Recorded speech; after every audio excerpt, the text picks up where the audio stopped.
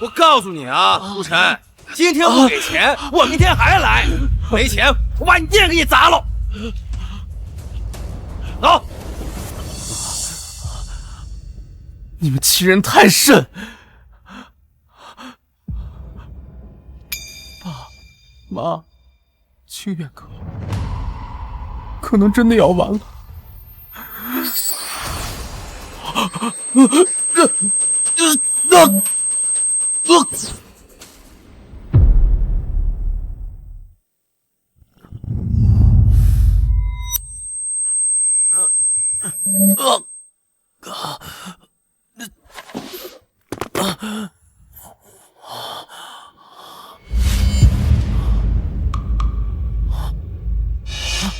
说好了。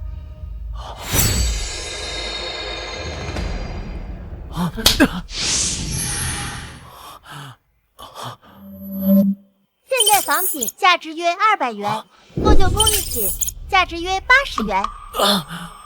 大明永乐玉制金丝楠阴沉木价值约180万至220万元。这是物品价值我能看见物品价值了。真的，金丝楠木，永乐玉制的。不对，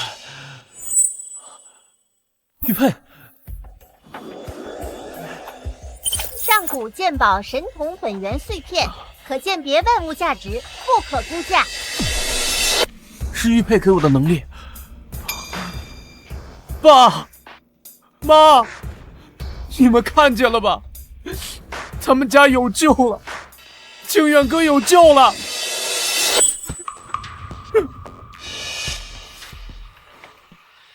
老爸，柳成人，你们碎我传家宝，夺我所爱，这仇我记下，一定让你们100倍偿还。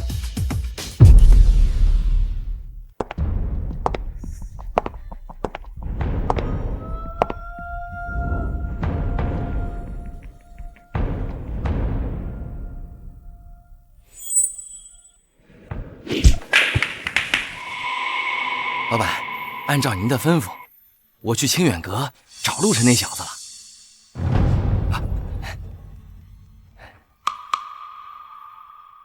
他乖乖把店交给你了。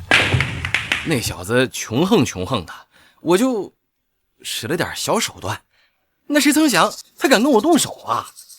然后就自己没站稳，摔门上了，还进了红。刀疤，我不管你用什么方法，软的、硬的、明的、暗的，我只要结果。清远阁那块地我必须拿下，陆晨那块玉佩我也要。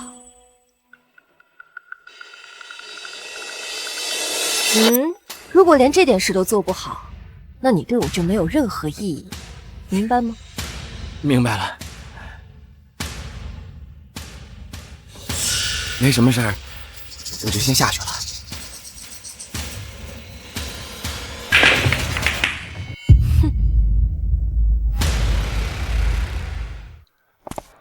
看看再降价了啊！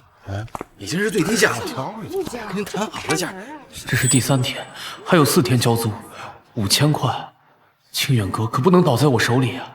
爸妈，你们在天上看着，儿子现在只能靠这双眼睛了。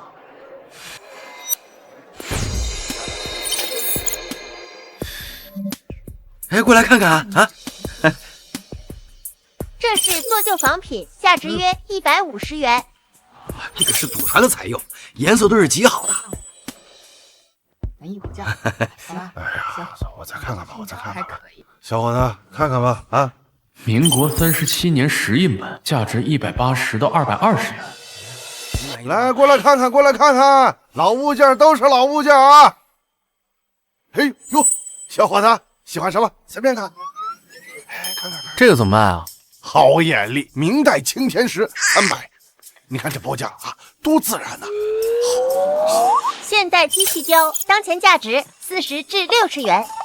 我再看看吧。清末明初普通西铜壶，350元至450元。利润太薄了，需要懂行的买主，我没时间慢慢出货。哎，您再看看吧。哎，金乾隆御窑厂制粉彩缠枝连纹笔写真品，价值380万到450万。380万是乾隆粉彩御窑厂真品，房租，心远阁有救了，真的有救了！不能急，绝对不能急。武安行最忌讳漏气，摊主但凡看出一点苗头，价格都能翻上天。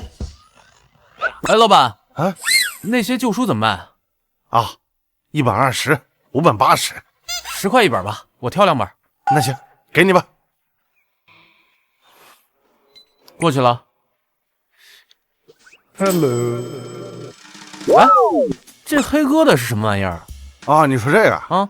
不知道哪儿收来的，在我这儿放好多年了，一直没人要。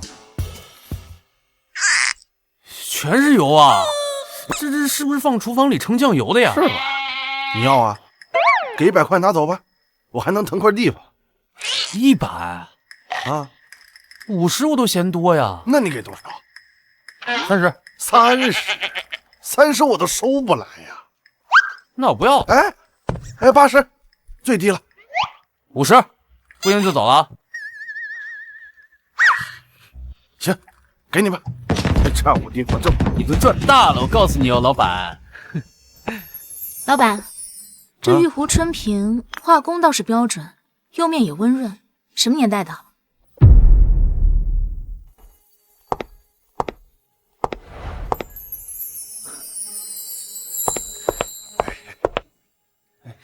老板，这玉壶春瓶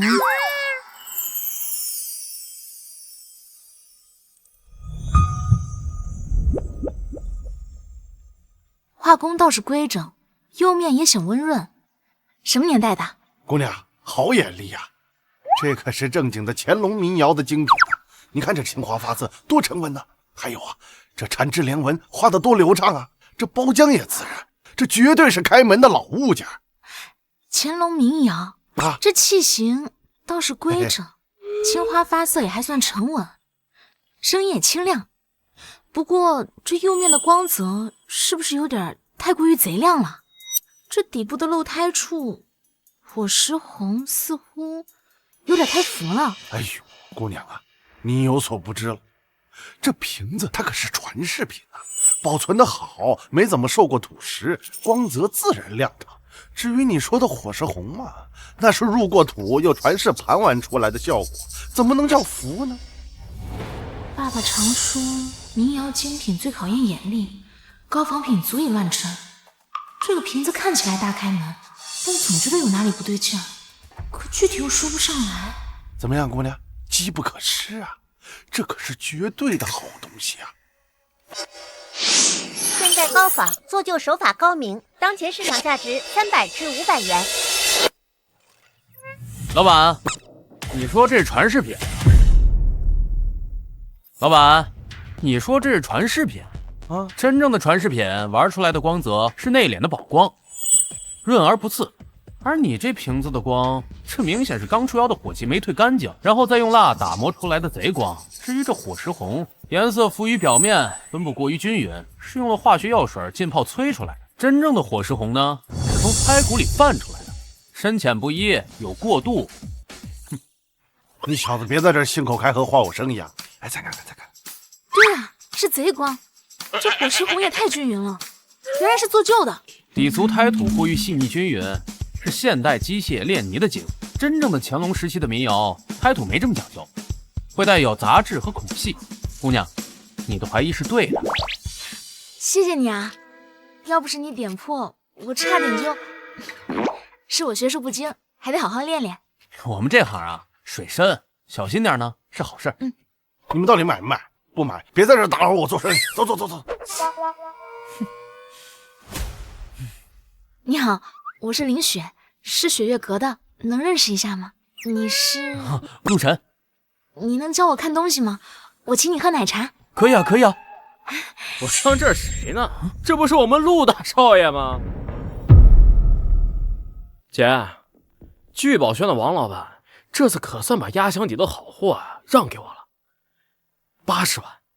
人家说了，这瓶子摆在客厅里风水都能转3转。哼，小文也说好看。这不是我们大名鼎鼎江城一中的传奇人物清远阁的少东家陆晨陆大少爷吗？陆大少，你不在你家那个快倒闭的店里待着等死，跑这儿来捡垃圾啊？嘿，哟，小雪，你怎么在这儿啊？这我得说你2句了啊！你这都跟什么人在一起啊？你知道他是谁吗？就他家那个破店欠了一屁股债。当年他的父母就是眼力不行，活活给气死了。就这种人配站在古玩街吗？配碰古董吗？柳成人，你说话放尊重点。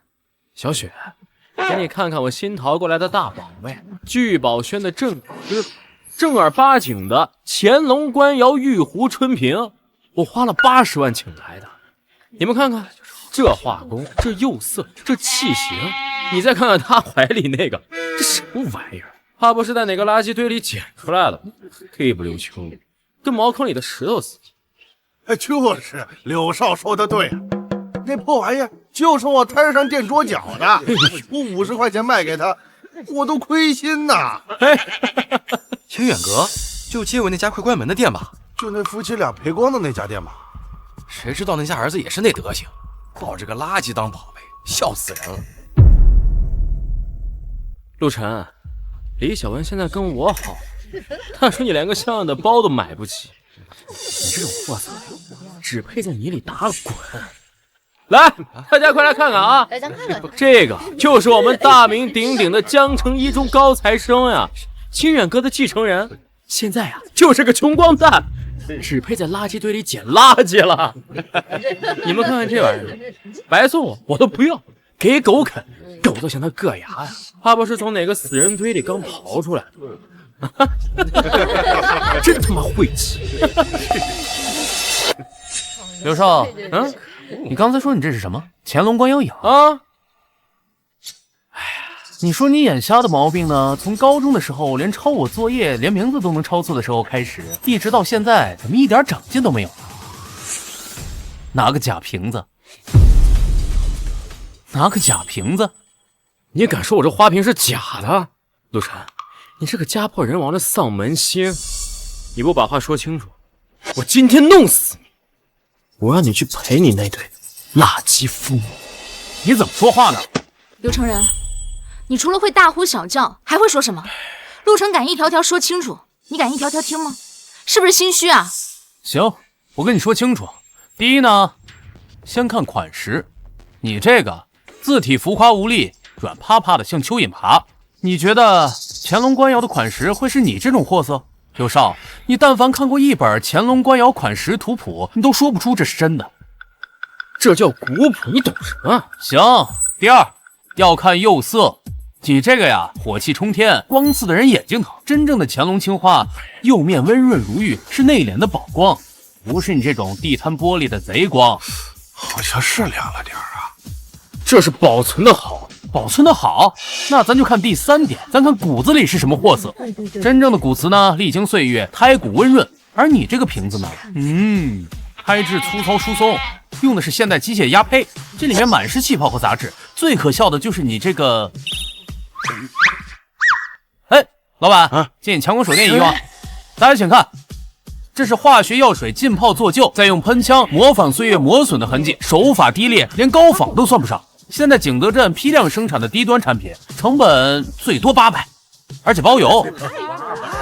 8折买10万800。像这次亏到姥姥家，笑死人了！刘成人，听见了吗？800块，你还跟个宝似的在手里捧着，就你这眼力，还好意思说人家是下等？我看你呀，才是最大的笑话。让一让，让老夫来看一看。让一让，让老夫来看一看。刘少，可否让老夫一观？哎呀，王爷爷，哎呀，您快看看，这肯定是真的，肯定是陆晨那个废物瞎说。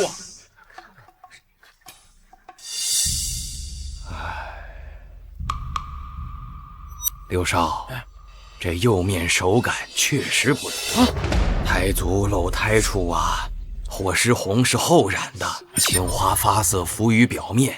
这瓶子正如这位小友所言，是件新仿，还是假的呀？而且仿的不甚高明。王掌柜，既然您在这儿，小辈这儿也有一样东西，想请您帮忙长长眼。这染料渲染，层次分明，这包浆温润自然，这就是岁月摩挲出来的宝光啊！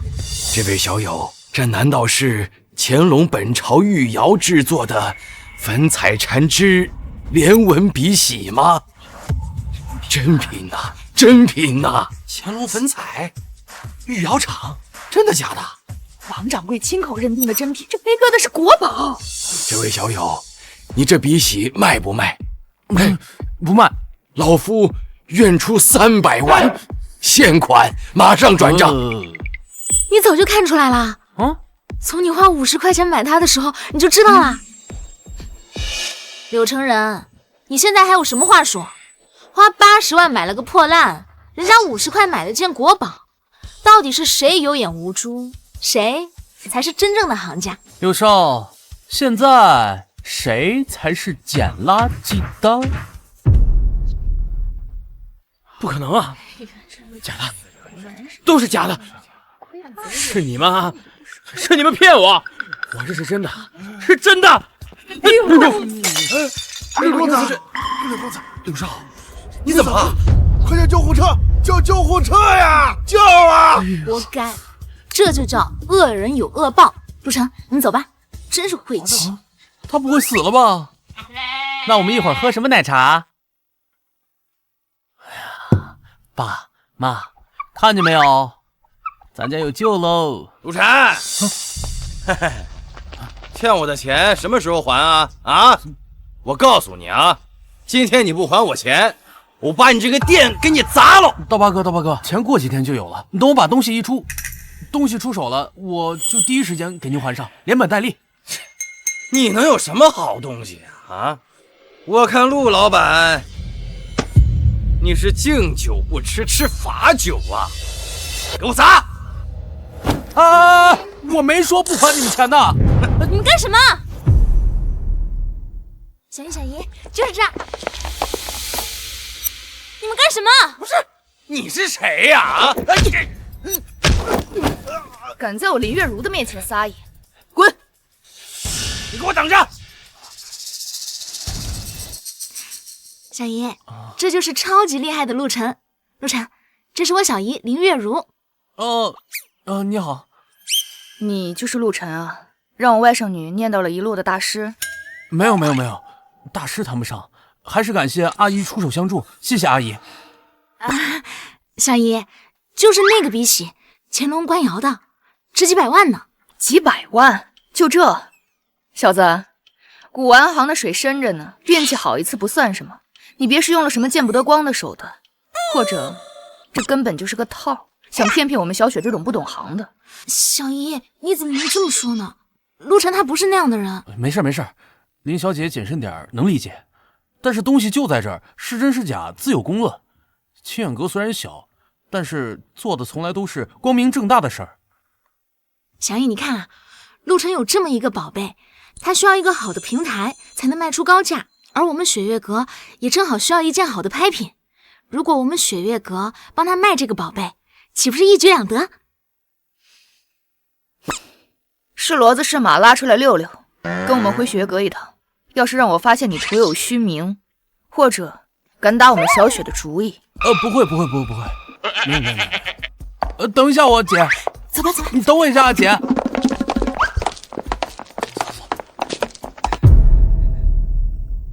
老板，陆晨那小子，他攀上高枝了。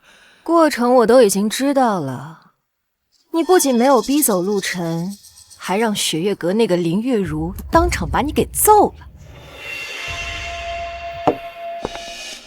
刀疤，你真是越来越有长进了。老板，你再给我一次机会啊！我带人把他雪月阁给他砸了。蠢货！然后让执法者顺藤摸瓜找到我这儿。现在雪月阁已经明目张胆的插手了，你还以为小打小闹呢？打狗还要看主人，你陆晨竟然敢当众打我的人，简直不把我云烟斋放在眼里。还有雪月阁那几个女的，敢和我作对，这笔账已经不是简单的把他陆晨的东西拿走那么简单了。刀疤，你给我听好了，从明天开始，24个小时派人盯紧陆晨和雪月阁，我要知道他们去了哪儿，干什么，所有细节一清二楚。老板，你的意思是连雪月阁一起？不能留了。至于那个陆晨，他不是眼光毒吗？他不是会鉴宝吗？雪月阁不还指着他重振旗鼓吗？好啊，哼，那就让他知道知道古玩这行的水有多深。好，老板，我一定盯紧陆晨和雪月阁，我不会再犯错了。陆晨、林雪、简雪、林月如，我要让你们所有人都知道得罪我柳如烟的下场。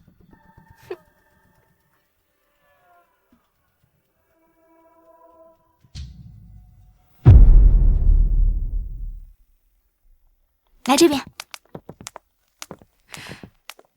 陆晨，你看，这就是我们雪月阁的鉴定室。我告诉你啊，我们雪月阁是整个江城最老牌的拍卖行，从我爷爷那辈就创立了，到现在已经快100多年的历史了。确实有100年底蕴。陆晨，你坐。哦，好。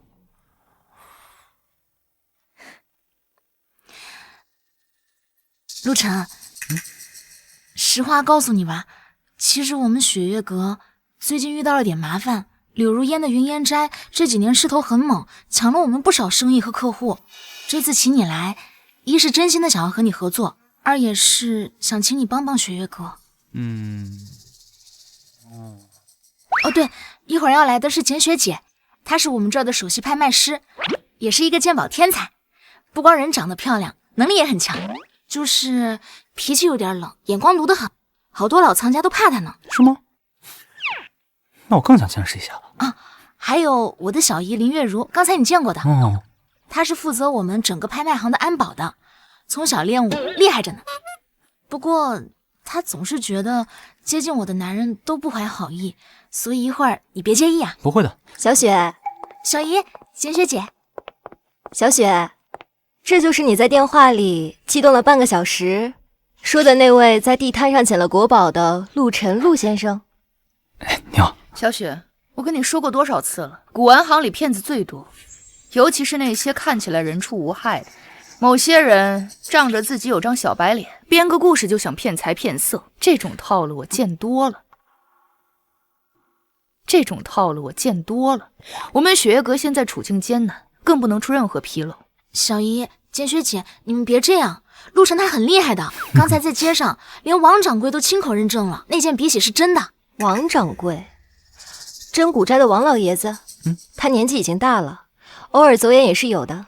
陆先生真是年轻有为，不知师承哪位大家？是故宫博物院的哪位老师，还是哪个流派的传人？没有，我这个家传手艺不值一提，那东西在这儿是真是假，一看便知。小子，我警告你，要是敢拿假货来消遣我们，浪费我们雪月阁的时间，后果你承担不起。小姨，你怎么能这么说呢？小雪，玉如姐的话虽然直白，但并不是没有道理。古玩这一行，信誉就是生命，我们雪月阁现在更不能有任何闪失。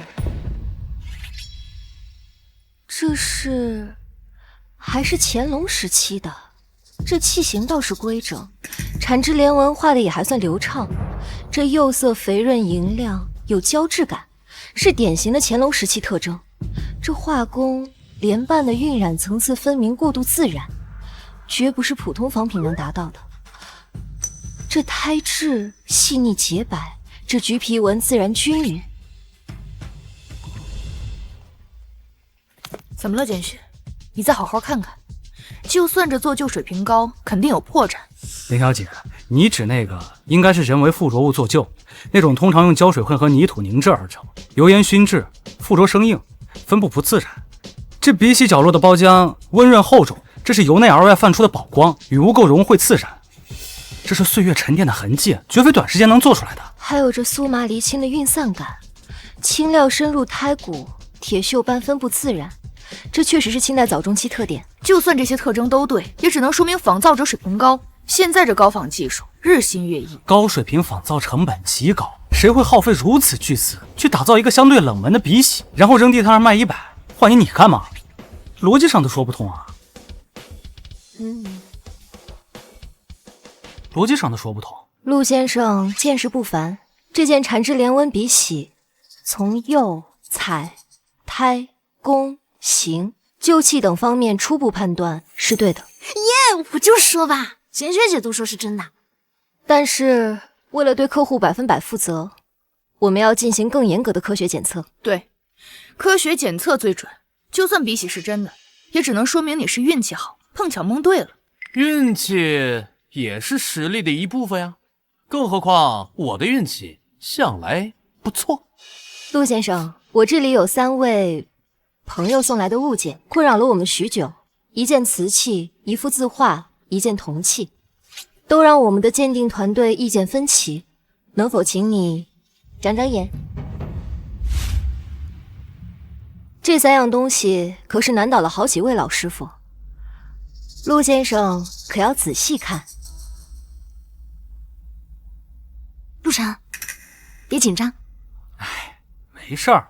哎，简小姐，您是想考教陆某的眼力，还是真心求教？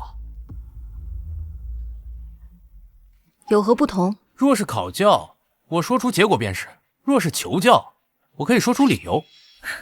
口气还不小，那你说说看吧。好，这件宣德青花呢，青花发色艳而漂浮，釉面贼光未退，款式绵软无力，而且最重要的就是，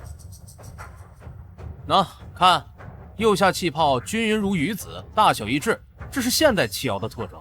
而真正的宣德青花用的是柴窑，气泡大小不一，层次分明。此物现代高仿，做就时间不超3年。而这个唐伯虎，画工尚可，磨得形似，但败笔有2：一是纸，唐寅所用当为明代中晚期棉料宣纸，纤维长短不一；而这个纹理均匀，这是机器压制的痕迹。2是墨，真迹墨色历经数百年，沉静内敛，而此画墨色浮于表面，分布过于均匀，这是大概去年天津出的货。至于这款铜炉，底款大明宣德年制，比例稍弱，刻工略显迟疑，是后刻的，但是器物本身手感坠实，包浆厚重，这个是经年累月人气盘玩所致，仿不出来。这是一件明末清初时期高手的仿宣德炉作品。你居然知道的这么清楚，连产地和大致年份都。这件铜炉，我们之前一直以为是民国仿，断代在清末明初，你居然一眼就……明末清初，这断代比我们之前判断的早了近200年，价值至少翻3倍吧。你看，我就说吧，陆晨是最厉害的。陆先生，哦不，陆大师，您真是神乎其技，眼力、见识、判断，皆是我生平仅见。我为我们之前的失礼和怀疑，向您郑重道歉。你确实是有真本事，是我林月如有眼不识泰山了。说话难听，对不住，我们雪月阁现在确实需要您这样的高手。哎呀，简小姐、林小姐言重了，陆某只是家学渊博，加上运气好罢了。陆大师，这绝非运气。明人不说暗话，我们雪月阁现在处境艰难，柳如烟的云烟斋步步紧逼，抢客户、挖墙脚，甚至不惜散播谣言诋毁我们。我们需要打一场漂亮的翻身仗，需要一件能镇住场子的重器，更需要一位能稳定军心的定海神针。今后您捡漏得来的宝贝，可以全部交由我们雪月阁来拍卖，我们只收取行业内的最低佣金。另外，我们诚挚地聘请您担任我们雪月阁的首席特邀顾问，不需要坐班，只需要在有重要藏品和疑难杂症时出面把关，年薪300万，另有绩效分红。合作可以，但我有2个条件。可以，但我有2个条件。您说。第一，我只负责鉴定，不参与你们的日常管理和商业决策。第二，我只是你们的合作顾问，我不想被打扰。完全没问题，都写在合同里。陆先生，您这是答应了？陆晨，不，师傅，你实在太厉害了，你能不能教教我？我也想学鉴宝。我们一起把雪月阁重新做起来，把元斋比下去。小雪，别胡闹，鉴宝需要天分和累积，岂是儿戏？不过陆先生，小雪虽然莽撞，但说的是实话，我们雪月阁现在确实需要你。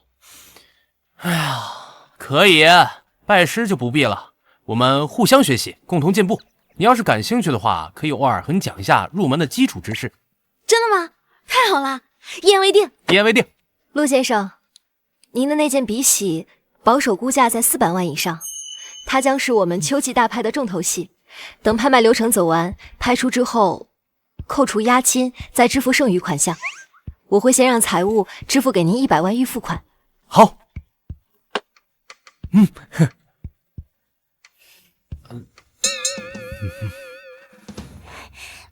爸妈，你们看见了吗？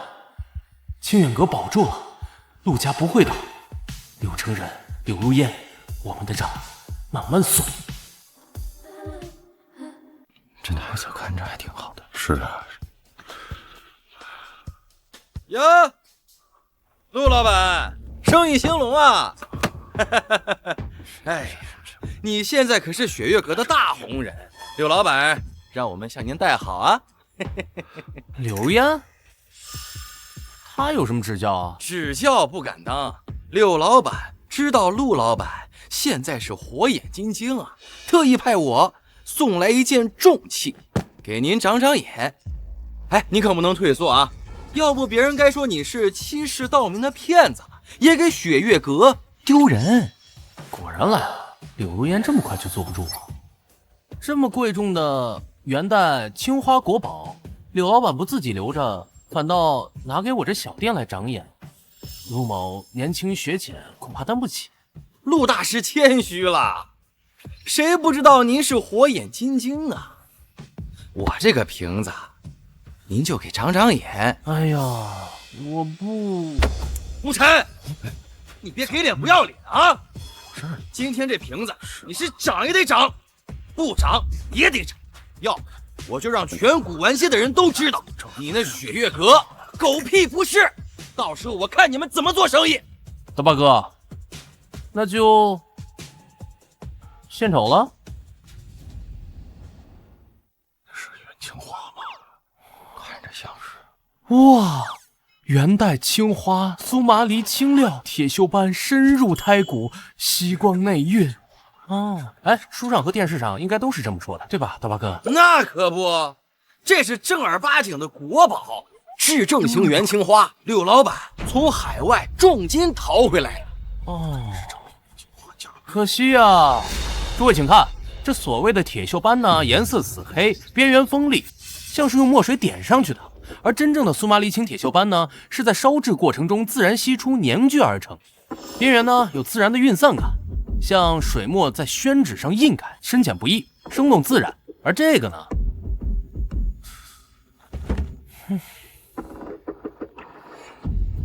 看颜色是不是淡了？它掉色，这是人为用高锰酸钾自然析出的，腐蚀釉面做出来的假锈，徒有其表，败絮其中。哎，你可别胡说啊，这是包浆。那咱就再看这釉光，元代青花呢是历经数百年岁月，釉面宝光内敛，温润如玉，是一种由内而外散发出来的柔光，俗称蛤蜊光。而你这个，乍一看似乎温润，但细看之下呢，光泽呆板，像一层浮蜡，行话叫死光，或者是贼光未退尽。真是。你别空口白牙啊，拿出证据来。那咱就说点再实在的，拍土。元代制瓷呢，用的是景德镇麻仓土，俗称糯米胎。放大它呢，有粗颗粒感。烧成后啊，底部漏胎处常常带有自然火石红。啊，你们看看，这胎土细腻洁白的像面粉，均匀的过分。这个呀是现代高岭土，经过多次淘洗、过滤机器炼泥的结果，而且手感异常坠手。这个呀是为了模仿古瓷的厚重感。造假者呢，往往在胎土里掺入石英粉、水泥，来增重。这种胎呢，毫无古意，一摸便知。你血口喷人啊！你有什么证据啊？就你们这种粗糙的手法、低劣的手段，还有你刀疤今天反常的捧场，应该是云烟斋的柳如烟派你来的吧？想用8000块买一个破烂，就想冒充国宝来砸我招牌，砸我们雪月阁。你们云烟斋呀，也就这种下三滥的本事了。你放屁！我告诉你啊，陆晨，你敢侮辱柳老板啊？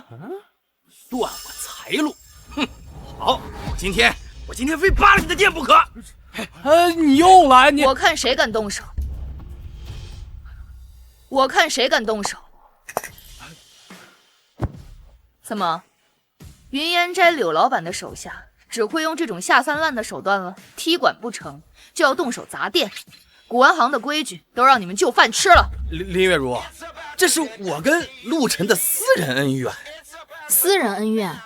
你带着假货来我们雪月阁合作顾问的店里闹事，还想打人砸店，这已经是寻衅滋事、违法乱纪，我们已经报警了。哎呀！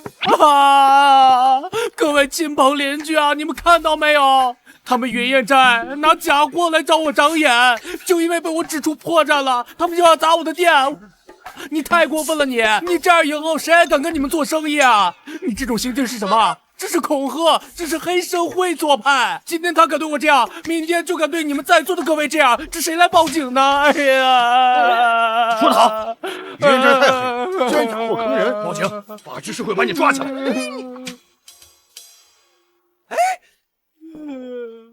好，你们给我等着！哎，大哥，国宝。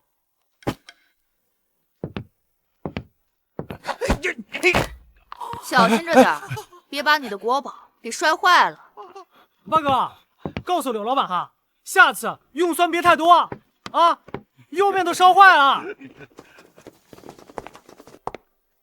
陆晨，你也太厉害了，你是怎么一眼就看出来的？还有，你怎么知道是柳如烟指使的？假的就是假的，破绽太多。至于柳如烟嘛，你说除了他，还有谁会这么着急，想把我刚立起来的名声给打下去啊？跳梁小丑，陆晨啊，你这次算是把云烟斋给得罪透了。柳如烟这个女人睚眦必报，你可得小心点了。债多了不愁，我也不怕他来找我，他来找我，我也不理他。如果他非要来欺负我，但他要是执意要碰一碰雪月阁，我保定。没错，让我们一起把云烟斋比下去，让雪月阁重回巅峰。耶，耶！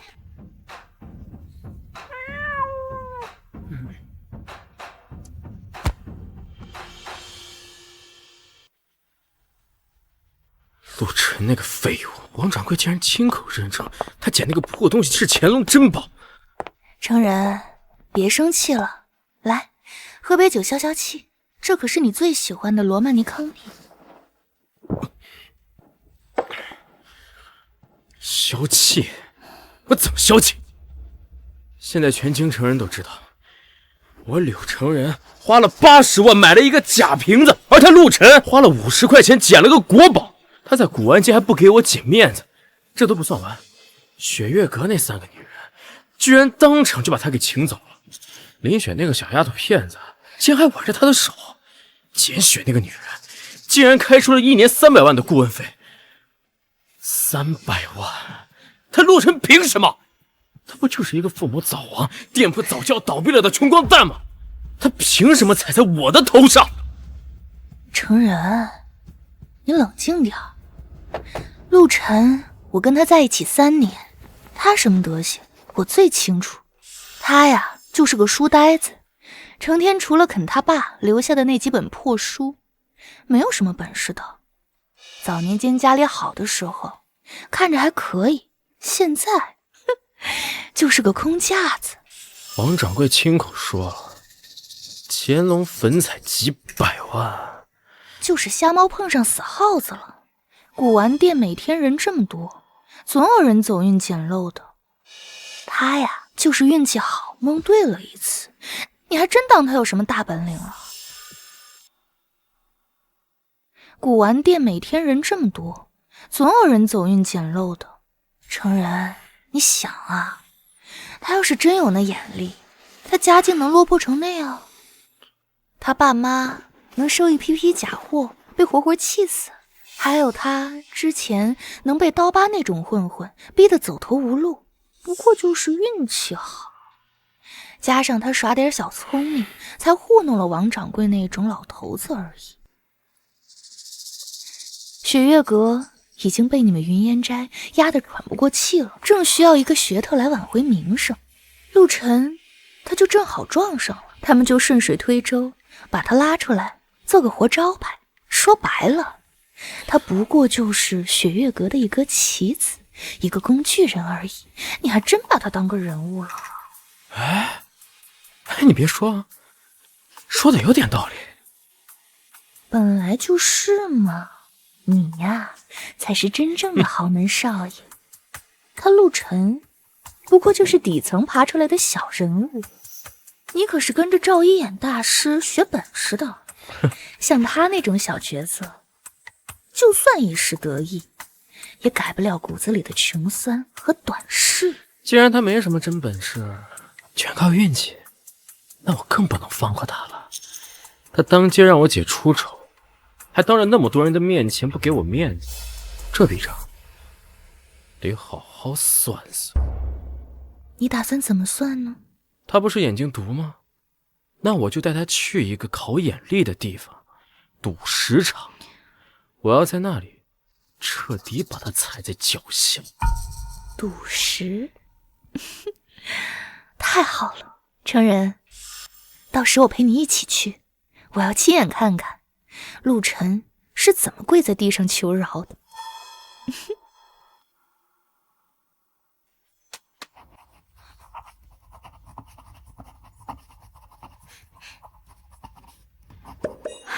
陆晨，这个月的流水算出来了，光是那件比喜的预付金，再加上那几件小拍的佣金，我们这个月就已经入账120多万了。清远阁的房租不但够了，我们还可以把店面重新装修一下。哎呀，装修倒不着急，先把之前的欠款给还了吧。剩下的呢，我想买一些好东西来镇店。哟，收拾的挺像样的嘛。陆晨，你是不是他妈的现在很得意啊？真以为抱上了雪月阁这个大腿，就真的飞上枝头当凤凰啊？柳成人，你干什么？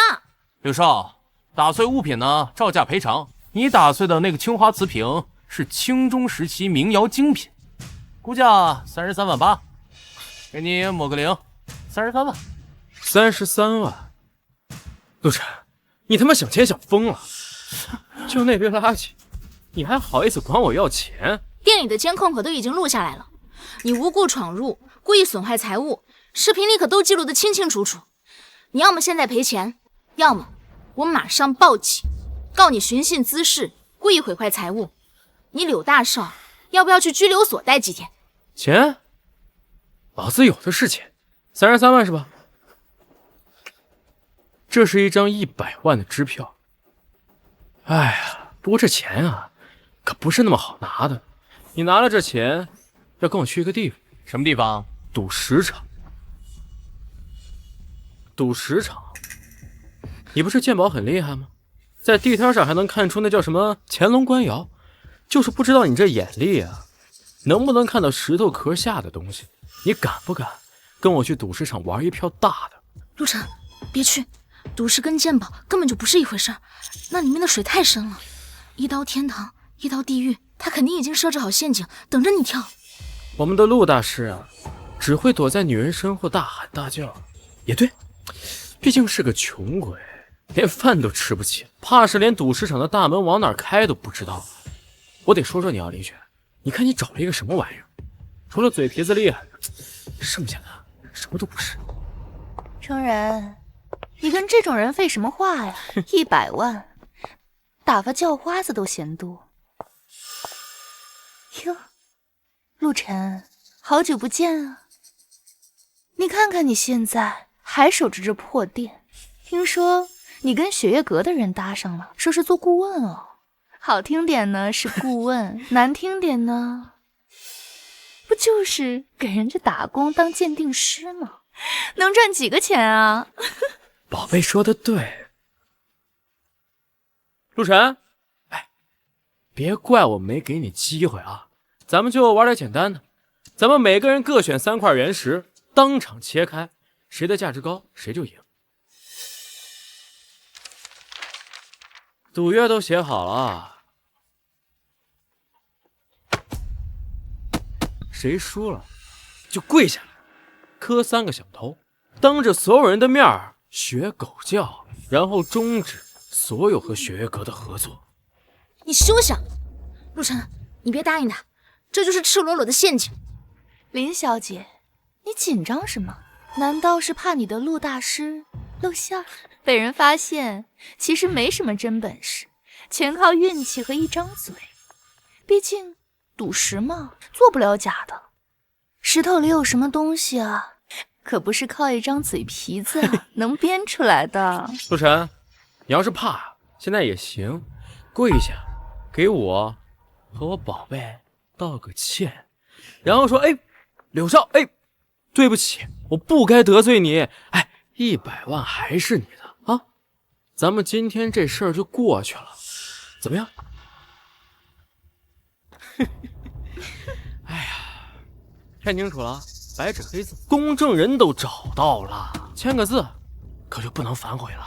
啊，那我签了。陆晨，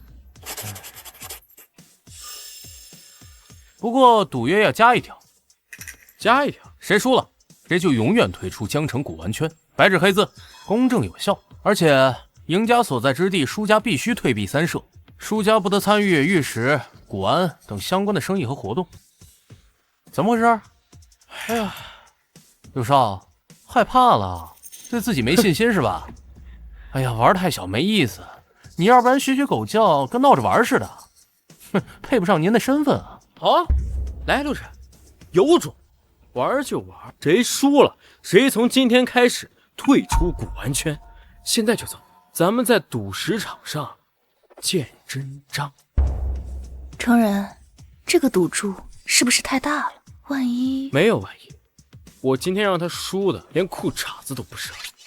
咱们走。哼，哎，陆晨，你疯了！赌石场的水很深的，根本就不是你靠眼力可以完全看透。而且那个柳成人，他为了学赌师，拜了赵一眼为师。赵一眼在赌石场已经混了30多年了，他们肯定已经跟赌石场的老板串通一气，就等着你往里跳呢。没事没事，你放心啊，我有分寸。正好呢，我也想见识见识他那个什么对眼师傅的什么本事。这个呢，就当成一会儿他交给我的学费了。走啊！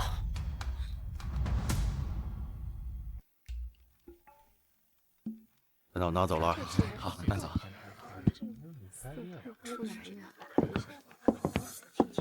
哟，柳少，今天又来玩点大的呀？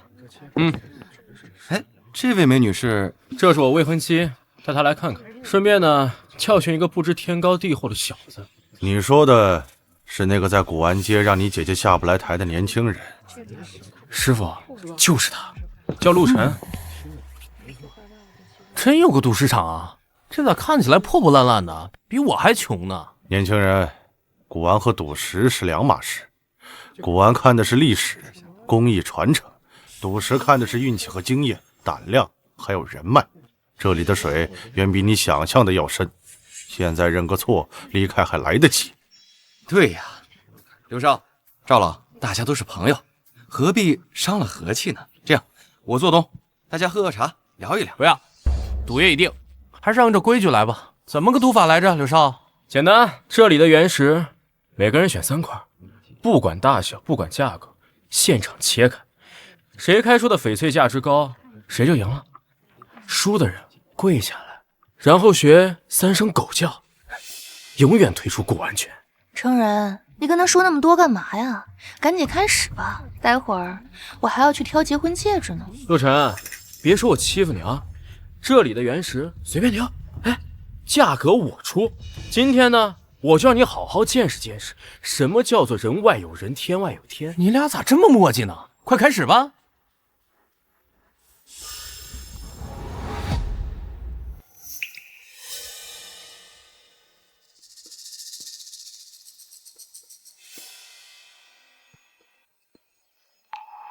就他了。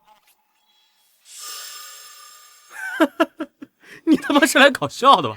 怎么平时捡垃圾习惯了，赌石都来这一套？这种货色的原石，要是能开出翡翠，我把它吃了。你们不是因为没钱挑了块最便宜的料子，实在不行跟我们成人借点儿，买块像样的也行啊。小伙子，这块表现的真的太差了，要不你再看看，那边有性价比不错的公金料，虽然很难大涨，但也不至于完全垮。陆晨，要不再看看？柳承认他们肯定会在好料子上做了手脚，但这个也太……哎，没事儿，相信我。看来我高估了这小子，这块料懂行的都不会碰。说的是啊，这纯粹充数啊！既然你已经选择了你的宝贝，现在该轮到我了。今天我就让你好好见识见识，什么叫做真正的赌石。今天我就告诉你，什么叫做真正的赌石。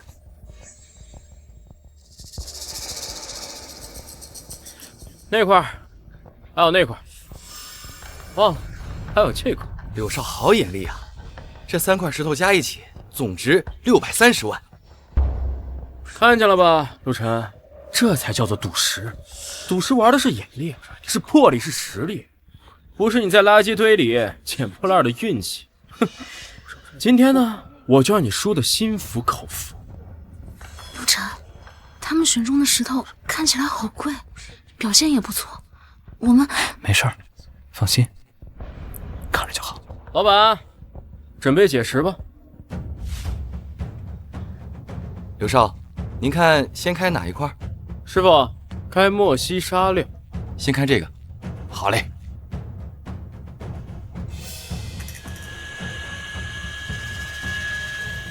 莫西沙1块。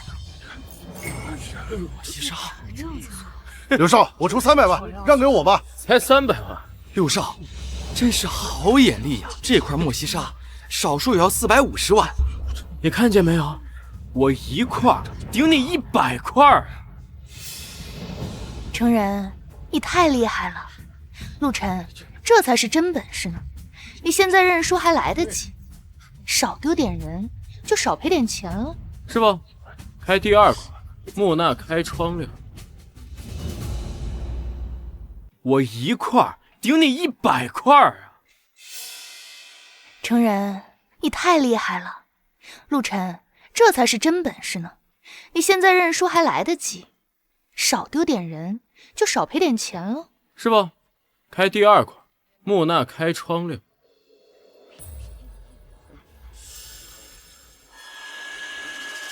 墨玉翡翠1块。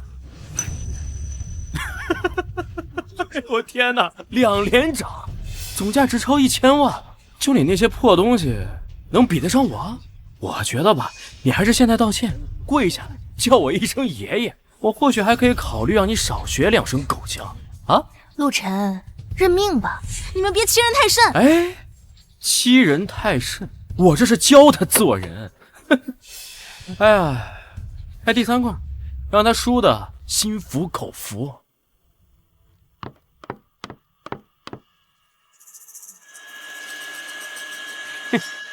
哎呀，不得了了！开出这么大一块墨玉翡翠，哇，柳少，今天真是好手气啊！这块翡翠少说也要1000万市场价。哎呀，陆晨呐，你输了，彻彻底底的输了。柳成人3块原石开出价值超过2000万，你的原石能超过1万块钱的翡翠，我跟你姓。现在履行赌约吧，跪下来学3声狗叫，然后彻底离开江城古玩圈。陆晨，愣着干什么呀？怎么还不跪？你不是最有骨气的吗？输了呀就要认，别让大家看不起你啊！哎呀，你俩怎么这么聒噪呀？我的还没开呢呀！师傅，开我那块儿。啊，真是不见棺材不落泪啊！那就让你死个明白，师傅，赶紧开啊！切完了赶紧跪下道歉。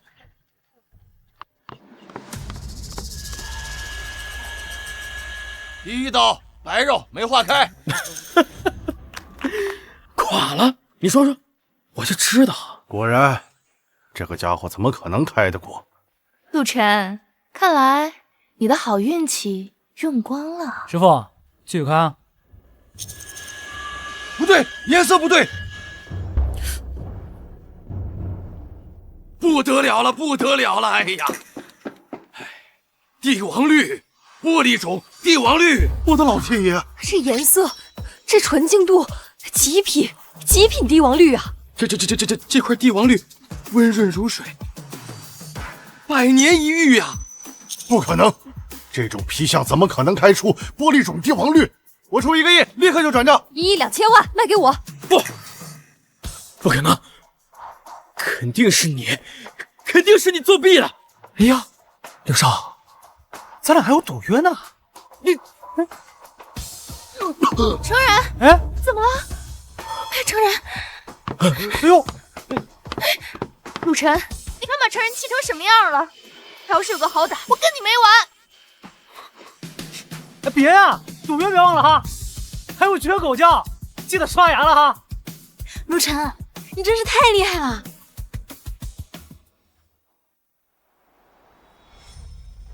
姐，我要报仇！陆晨那个狗杂碎，先后2次让我吐血，现在让我成为全江城人的笑柄，我他妈弄死他！成人，你冷静点，你现在身体要紧，医生说了你是急火攻心，不要再动气了啊！给我闭嘴！要不是你之前跟他在一起的3年，我至于现在看到他就这么恶心吗？我现在一见他就想到你曾经是他的女儿，恶心！成人，你不能这么说呀，我现在心里只有你啊！够了，成人，你让姐姐很失望，输了1次2次，怎么就躺在病床上无能狂怒了？姐，陆晨的事儿我已经安排好了。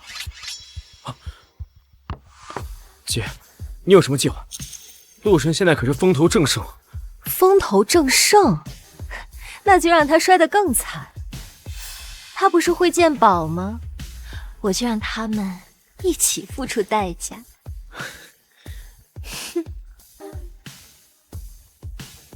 把人带到云烟斋。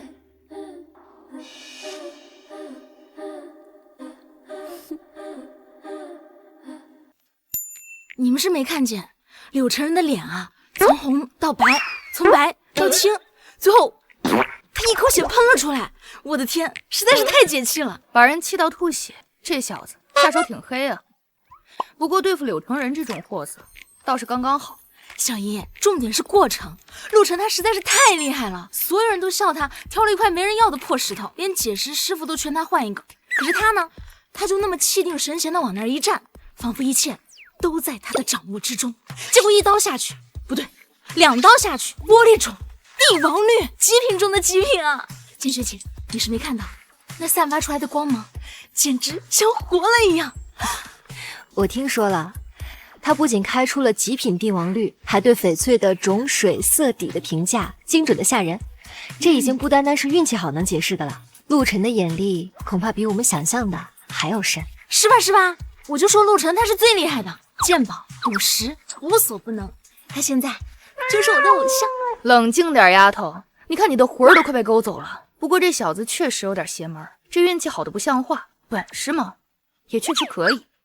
以前一直以为他只是一个有点小聪明的落魄小子，现在看来是块蒙尘的璞玉，有点意思。不只是有点意思，月如姐、小雪，陆晨这次在赌石场大放异彩，不仅彻底打了柳成人和柳如烟的脸，更重要的是，他在江城的顶级富豪圈和珠宝商那里一举奠定了大师的地位。这份声望对我们雪月阁来说是无价的。是啊，简雪姐，所以我们更要好好的对陆晨，不能让他被别的拍卖行给抢走了。当然，这样的天才值得我们倾尽所有资源去和他绑定。或许我们之前给他的合约条件还是有些过于保守，不过能力越强，盯着他的眼睛就越多，麻烦嘛也会接踵而至。不怕，有陆晨在，有我们在，什么牛鬼蛇神都不怕。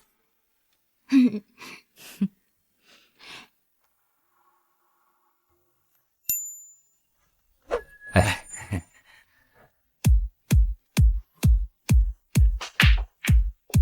这边请。哎，好。老板，人我给你带来了，这位就是圈内的鬼手里，做旧行业真正的第一高手。他做出来的东西，就算阎王爷看了都分不出来。刘老板久仰了，您要的东西我带了。按您要求，仿明宣德青花，胎土用的是景德镇老坑高岭土，混合麻仓土，青料是专门从国外调过来的苏麻离青矿料仿制品，烧制温度、用料配方都尽量还原宣德本朝工艺。另外，我又加入了一些特殊的东西。这是最新的光谱检测报告，显示年代距今约600年，符合明代特性。普通检测手段，包括一些博物馆的常规检测，都过得了。确实和真品一模一样，连我都差点看走眼。赵一眼那个老东西，这次倒还真介绍了个有本事的人啊。这是配套的证书，仿造雪月阁收藏记录、历次展览记录，上面的水印、钢印、专家签名都完美复制，用的是30年前的老纸张和油墨。好，很好。有了这个东西，再加上赵一眼在圈内的人脉和资源，雪月阁这次跳进黄河也洗不清了。哎，老板，咱们什么时候动手啊？明天。刀白，你马上去安排，用海外匿名藏家的身份把东西卖给云烟斋，然后再以其用钱周转为由，低价转给雪月阁。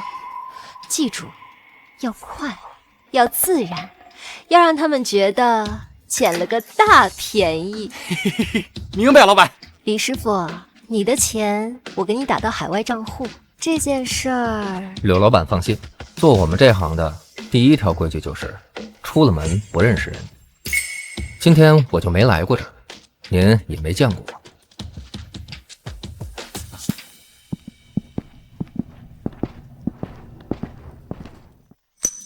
陆晨凌雪，简雪林月如，我要让你们所有人知道得罪我柳如烟的下场。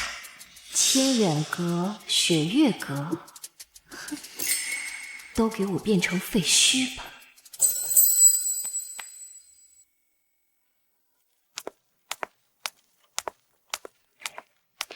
老陈，哎，林小姐，这是今天刚送过来的，云烟斋那边转过来的。说一个老客户急着用钱，抵押在那儿的。现在老客户那边等钱救命，云烟斋就吃不下，就放到我们这里了。明青花还是梅瓶，器型规整，青花发色沉稳，铁锈斑自然，橘皮纹明显，釉面温润，底款也对。这边是证书。证书齐全，还有这个入库记录也对得上，这是5年前收的那批明青花里的。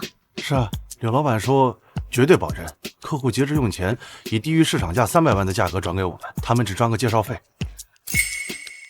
这东西看起来确实没问题，证书也对，价格也合适，收下吧，入库登记在册。哎，好嘞。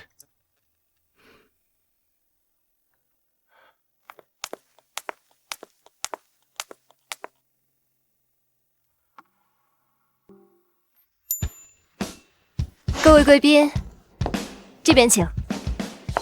接下来是我们本次拍卖的重头戏，第38号拍品——明宣德青花缠枝连纹梅瓶。此瓶传承有序，证书齐全，经多位专家鉴定为宣德本朝官窑精品，起拍价200万。请出价。250万。250万。300万。300万。你看，大家都认可。500万。500万。您二位还要加价吗？先生，500万，恭喜您。谢谢你。成功了，小叶，我就说是真的吧。那个人好像不是圈内的老藏家。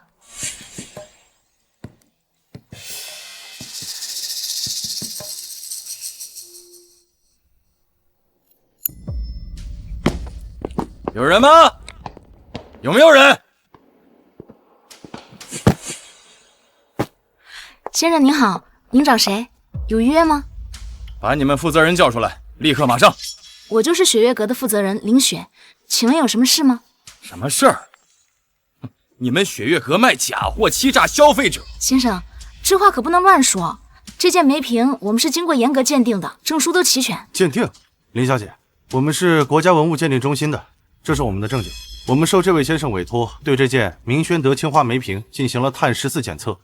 检测报告显示，这件瓷器烧制的年代不可能超过10年，而且证书也是伪造的。这根本就是一场精心策划的骗局。不可能，这个我亲自看过的，怎么会这样？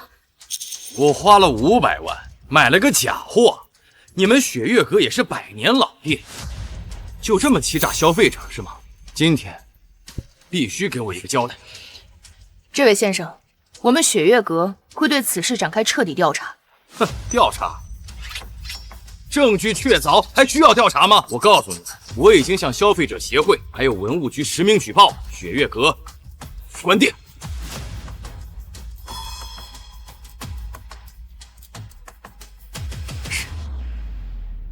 李总，不好了！文物局和工商局的人来了，说要封存仓库，调查我们所有的藏品和账目。欺人太甚，这是要把我们置于死地啊！我们必须立刻找到破绽，证明那件梅瓶是被人故意做局陷害我们的，否则雪月阁真的就完了。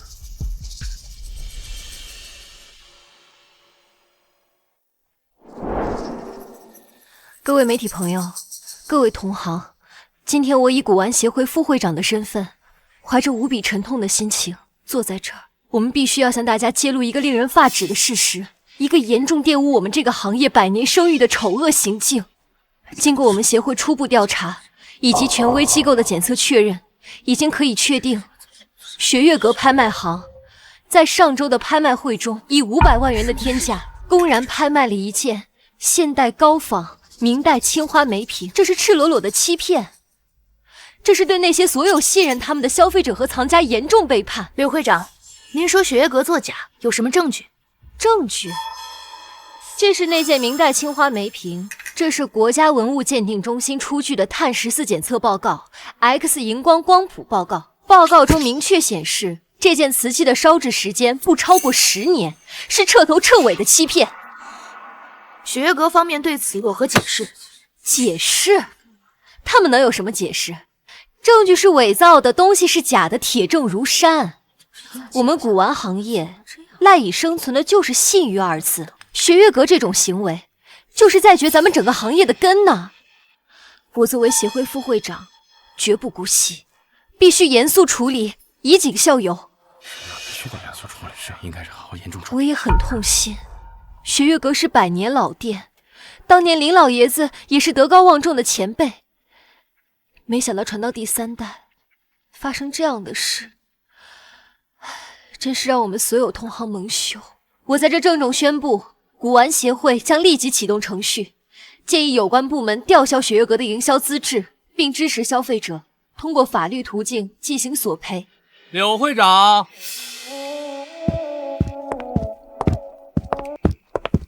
柳会长，哟，陆晨先生，你是来自首的吗？哎，柳会长，你那件瓷器能不能给我看看？怎么，你还想当众销毁证据？这不是你的清远阁，由不得你胡来。不是，你误会了。我呢，就是想给大家看一个有意思的东西。刘会长，当着这么多媒体和同行的面，你还不敢让我看一眼你手里所谓的铁证？好，就让你看，看你耍什么花样。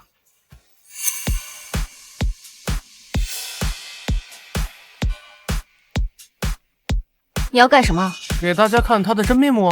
陆晨，你这是在销毁！这个是一种特制的溶剂，是溶解近10年内出现的特殊高分子材料，对真正的骨瓷釉面毫无影响。好，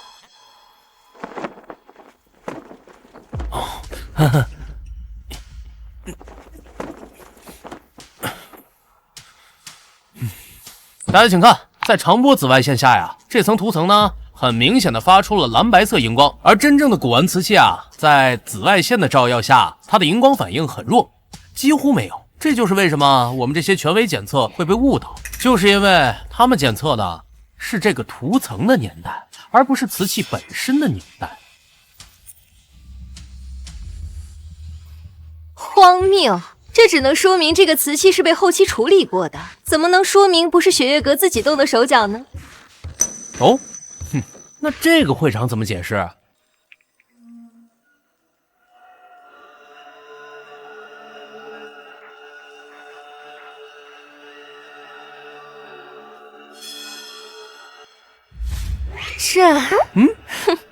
这人不是我们云烟斋的。好，那我还有，这是一家特殊化学品公司的销售记录，上面显示1周前有一个匿名账户在网上购买了一批特制的化学品，其成分和煤瓶上的成分完全一致，而付款账户呢，经过调查，最终指向了刘女士你在海外的一个离岸公司。荒唐，这也是伪造的。没事，我还有。陆晨，那这个呢，是我们从中间商那里拿到的合同复印件。哦，甲方柳如烟女士，乙方代号鬼手，酬劳1000万。任务要求制作一件能够通过常规检测明代青花的高仿品，并且伪造全套雪月阁收藏证书。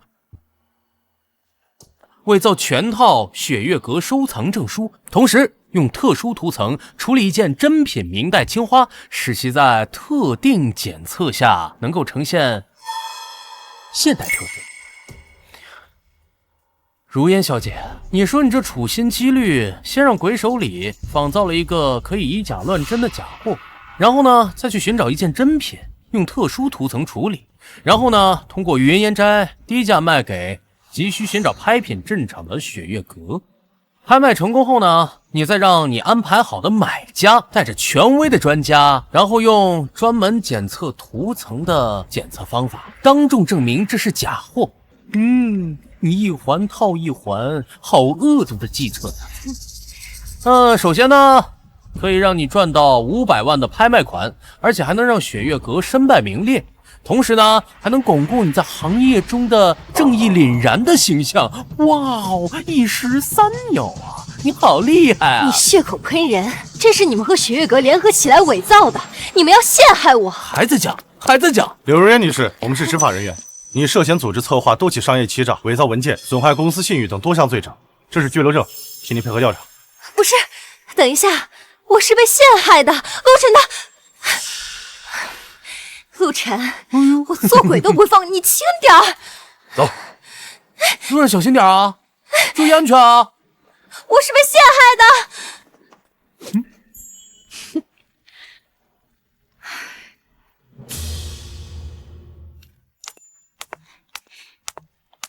陆晨，今天要不是你，雪月阁就完了。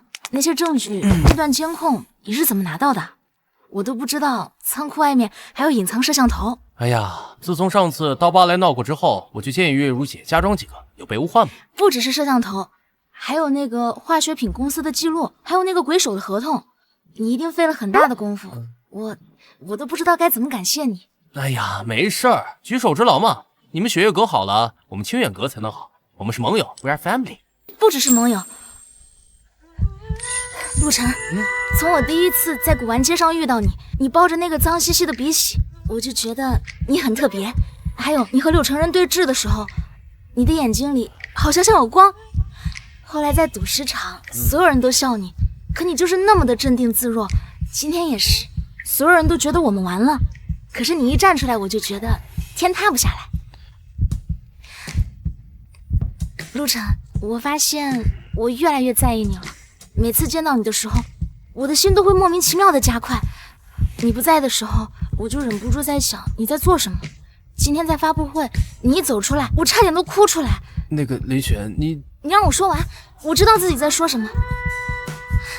陆晨，小雪，小雪，你让我说完，我知道自己在说什么。陆晨，小雪，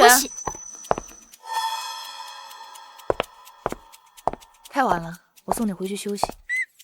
小姨，你先回去，我还有话要跟陆晨说。今天忙了一天了，又担惊受怕的，你也累了，早点回去休息。感谢的话，以后有的是机会说。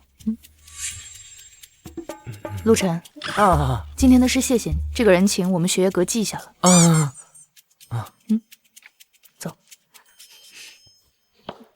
走。陆先生今天在发布会的表现，真是令人印象深刻。简小姐过奖了，我是对手的破绽太多了。过分的谦虚就是骄傲，那些破绽换做旁人，就算摆在眼前也未必看得穿。观察力、判断力，还有在关键时刻拿出决定性证据的魄力，不是人人都有的。我一直都很欣赏有才华的人，尤其是像陆先生这样深藏不露，却总能在关键时刻力挽狂澜的。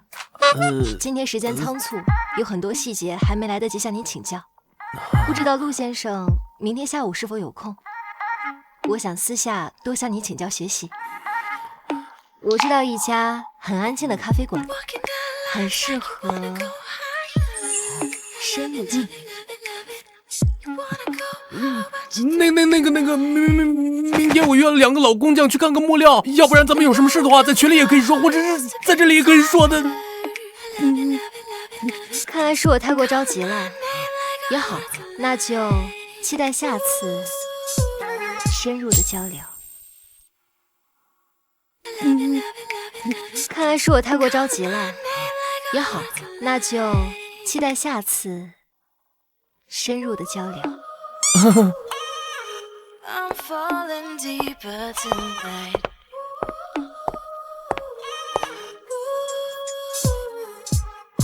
哎呦，这叫啥事儿啊？陆晨，月如姐，今天谢谢你，不仅仅是为了替雪月阁解围，也为了小雪。那丫头年纪小，心思单纯，藏不住事儿。她今天说的话，别往心里去。哎呀，没事儿，也没多大事儿。她呀，岁数小，精力又少，情绪大起大落的，所以会误解和产生一些依赖，很正常。我呢，把她当朋友，也把她当成需要被我照顾的妹妹。你能这么想，那真是太好了。小雪确实年纪小，喜欢感情用事。我知道以前对你有些误会，态度也不是很好，但我这个人习惯了保护小雪，保护雪月阁，对接近我们的人多有防备之心。你不一样。哎呀，没事儿，都过去了。We're family。哦，下周江城有一个私人鉴宝会，来的都是有分量的老藏家，不对外。他们给了我一个名额，让我可以带一个搭档去。我想邀请你一起作为我的搭档。私人鉴宝会，挺有意思啊。那你是答应了？可以，晚点告诉你时间地点。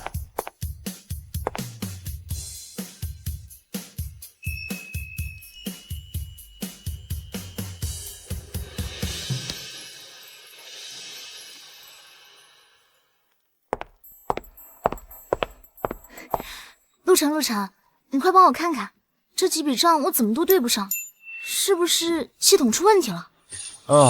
你这个是出库和入库记反了，然后佣金小数点好像错了。哇，你好厉害啊！一眼就发现了，我看半天都没有发现。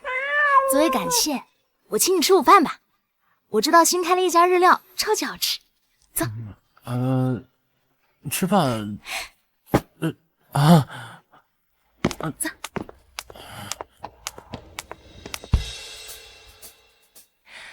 陆先生，尝尝这个，朋友从云南带回来的古树普洱。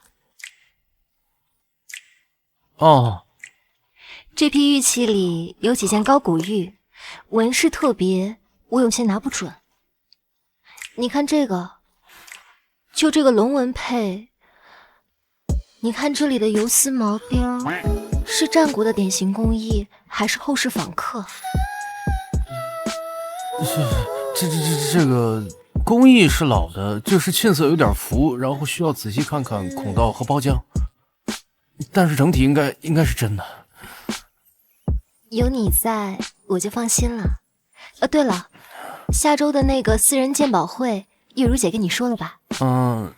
我也有收到邀请函，我们可以一起去。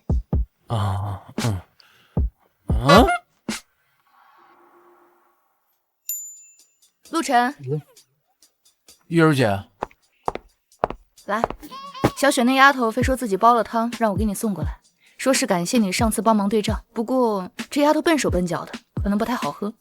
那你帮我谢谢小雪，你先放那儿吧，我一会儿喝。需要帮忙吗？不用，我自己来就行。哎呀，别磨叽了，先喝汤，凉了就更难喝了。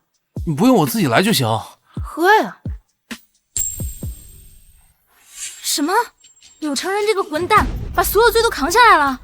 他说他是因为嫉妒陆晨，为了报复私下做的局，柳如烟完全不知情。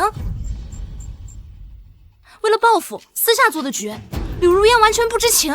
执法人员传来的消息是这样的：柳承人提供了完整的作案细节，包括联系鬼手礼、购买涂料、联系买家等等，逻辑链复杂而且相对完整，并且他坚称柳如烟并不知道他的目的。父子兄弟都没这么讲义气，这柳承人又有几斤几两，我们会不知道？肯定是柳如烟在背后操控的。但是这证据链都指向了柳承人，柳如烟倒是被摘出去了。哎呀，意料之中，柳如烟没那么容易倒。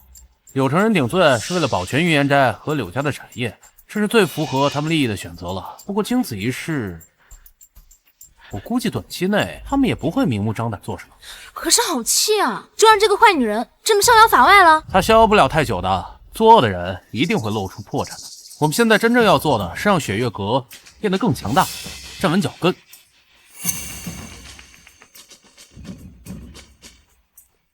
李总，有一位叫李小文的小姐说想见陆晨陆先生。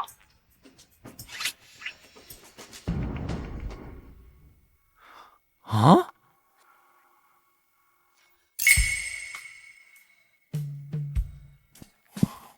你来干嘛？陆晨，我对不起你。哎，李小姐，有话直说啊。我知道我现在说什么你都不会相信了，但是我必须要把真相说出来。和柳承人在一起，我是被逼的。他用我家里的生意威胁我，如果不跟他在一起，他就让我爸妈在江城待不下去。我一个女孩子，我能怎么办呢？陆晨，我心里一直只有你。这么多年，我一直很后悔，我每天都在想你。离开你，我是迫不得已啊。你意思是之前逼我下跪，然后当众嘲讽我捡垃圾，这些都是被逼的呀？没错，都是柳承人他让我这么说的。我要是不说，他就会打我骂我。你看，这都是他打的掐的。陆晨，我知道错了，我不应该软弱，不应该屈服。柳承人他现在进去了，柳如烟也自身难保了，我自由了。yes。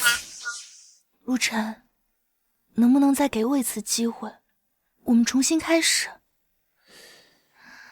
我知道你现在很厉害了，又跟雪月阁的关系不错。如果我来帮你，我们一起联手，一定能，一定能。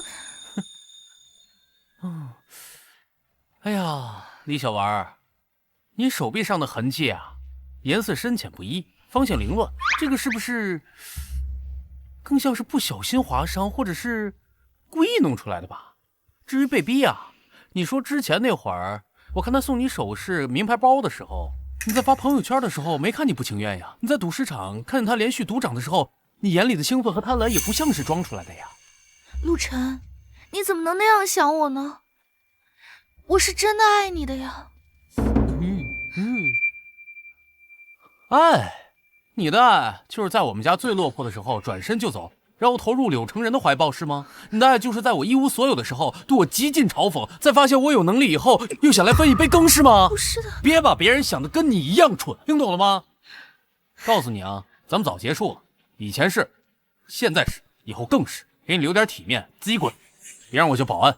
还有，以后不要出现在我面前，你的戏啊，太假，你知道吧？陆晨，你别以为你搭上雪月阁你就了不起了，你给我等着！哼！哎，报个班啊！表演班也不贵，练练演技这方面以后都有用的呀！啊！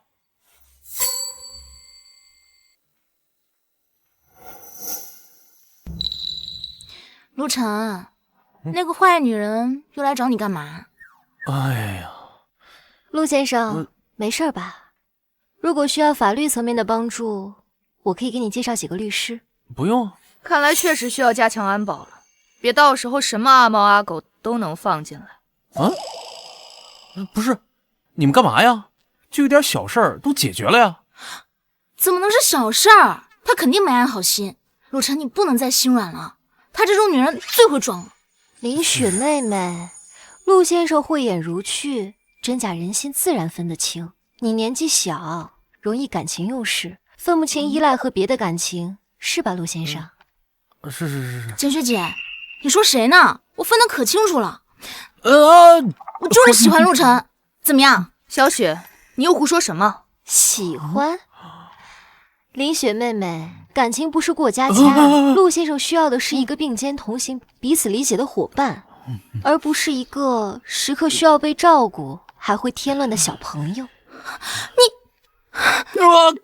我才不是小朋友，我可以帮陆晨的，而且我现在鉴宝也有进步了。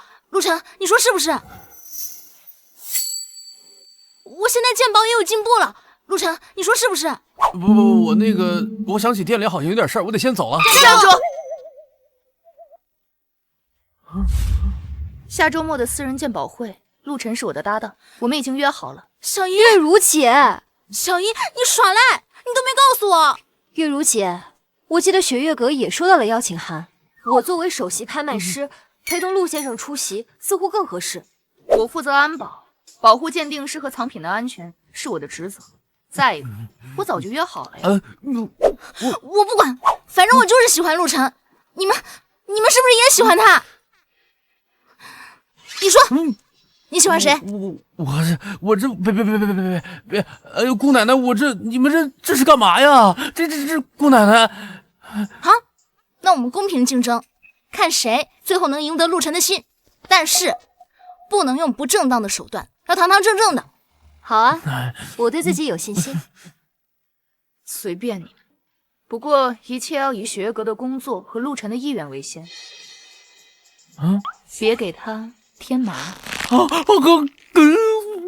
那就说定了，陆晨。陆晨，期待与你在工作和其他方面都有更深入的交流。自求多福。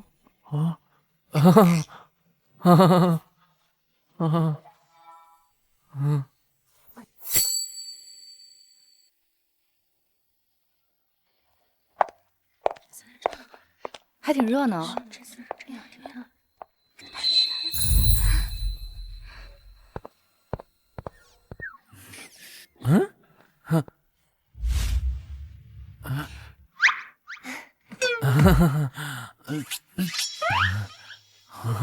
这给你。哟，我当是谁这么大阵仗呢？原来是打假英雄陆大师和雪月阁的3位倾国英雄。柳如烟，你还敢出现？我为什么不敢？我又没犯法，犯法的是我那不成器的弟弟，倒是你们凭借着某些人的好运气和特殊手段，才勉强没倒。怎么，现在靠组团卖笑来撑场子了？陆晨，你这左拥右抱的，这忙得过来吗？嘴巴给我放干净点，再让我听到你嘴里不三不四，下次可不是一个巴掌这么简单。林月如，你敢打我？藤井先生，你看他。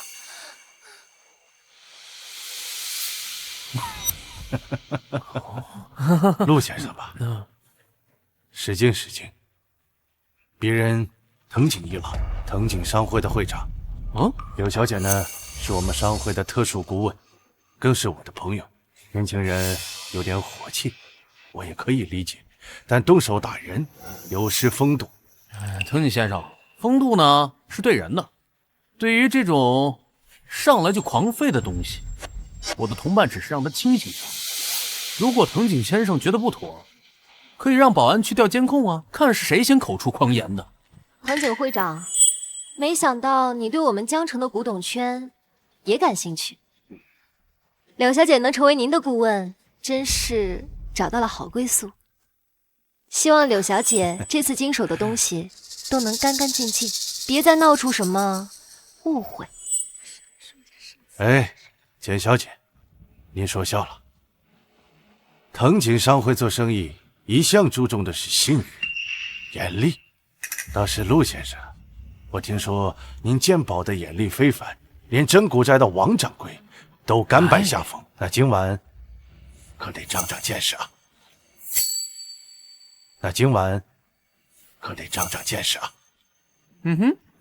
嘴皮子厉害有什么用？拍卖场讲究的是真金白银，凭借女人和运气上位的，还真把自己当盘菜了。今晚呀，可不是靠嘴就能赢的。说的对，那咱就一会儿拍卖会上看看实力呗。希望藤井商会资金准备充足，别像某些人一样只会虚张声势。有点意思。那咱们拭目以待。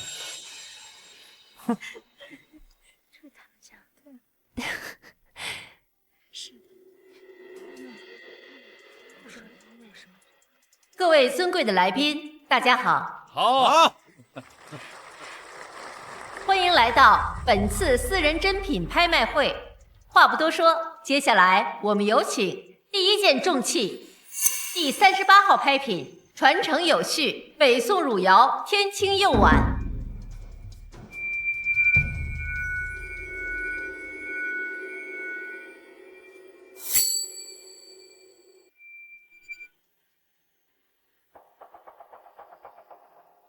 此碗源自海外某古老家族珍藏，流传有序，釉色天青，清澈如洗，器型端庄，乃汝窑器中上品，起拍价300万人民币350万，350万，380万，380万，500万，500万，550万，550万，800万，800万。陈哥，这个碗好漂亮，感觉像拥有了整个天空。不过，是不是有点太贵了？是挺漂亮。 800万第一次，800万第二次，800万第三。哎，等会儿，主持人，你这碗有问题啊！主持人，你这碗有问题啊！请暂停拍卖。不是陆晨，你要是买不起就别捣乱，这不是你哗众取宠的地方。怎么，看藤井先生出价高，急了？年轻人，你应该懂得拍卖场的规矩。你质疑拍品可以，但要有证据，否则你会负法律责任的。我要是可以证明这是一个以假乱真的赝品呢？说什么呢？这位先生，您说的可有依据？我们有3位权威专家联合开具的鉴定证书。哎呀，爱谁谁。不，我的意思是，你们证书或许没问题，但是你们这个东西本身有问题啊。要不然请王掌柜来长长眼吧。哎，王掌柜，王掌柜，哎，在那儿呢，长长眼呀。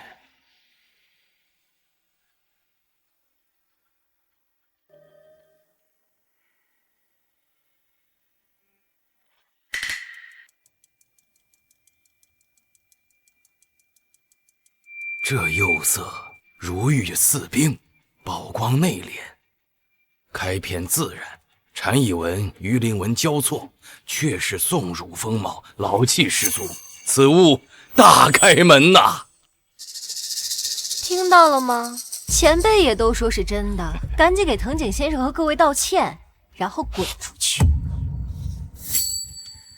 赶紧给藤井先生和各位道歉，然后滚出去。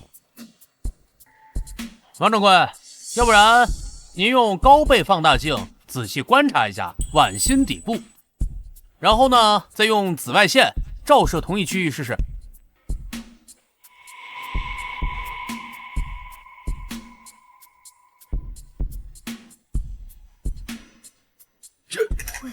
这是民国时期的仿制标记，难道这是鬼手周的作品？怎么看出来的？传说他能用真品碎片拼凑，甚至用真胎挂假釉，老气新工，仿制之物连仪器都能骗过。惭愧，今天若不是这位小友的点破，老夫恐怕要在这里打眼了。此碗堪称真赝合体，仿制技艺亦真画境啊！哎呦，这真的是假的？这不可能啊！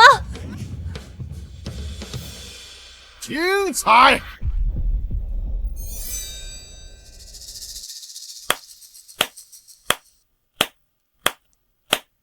陆先生果然名不虚传，好眼力。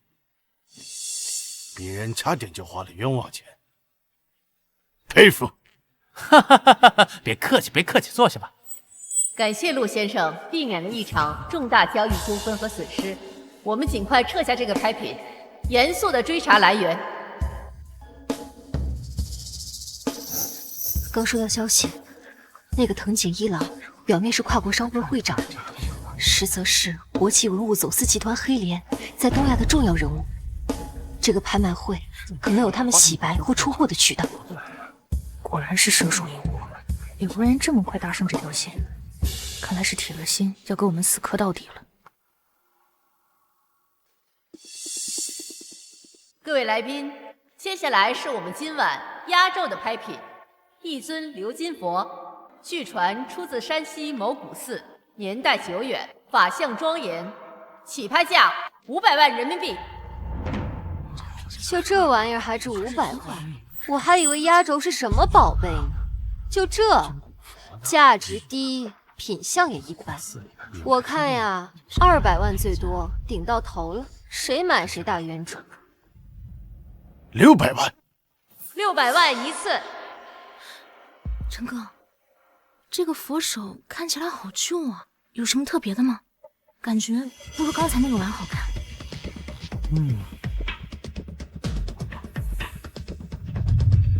600万2次。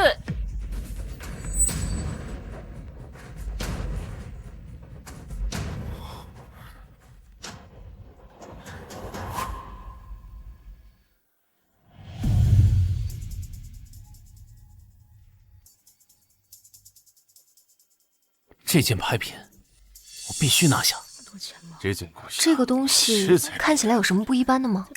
非常不一般，这可能是一件失踪千年、牵动国运的绝世国宝，必须拿下它。具体的拍了再说。需要多少资金？我们雪月阁全力支持你，不惜一切代价。 600万，1000万，1000万。不是陆晨，你是刚才出风头出上瘾了，还是有钱烧得慌呀？这真不是自己花钱哈，傍上雪月阁这么大款了，财大气粗。2000万，5000万，疯了，绝对疯了！你们就这么看着他败你们家底儿啊？陆晨说值就一定值，我们雪月阁愿意。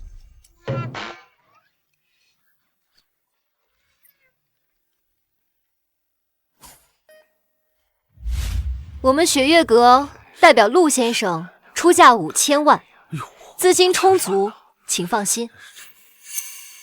年轻人，我善意提醒你，适可而止。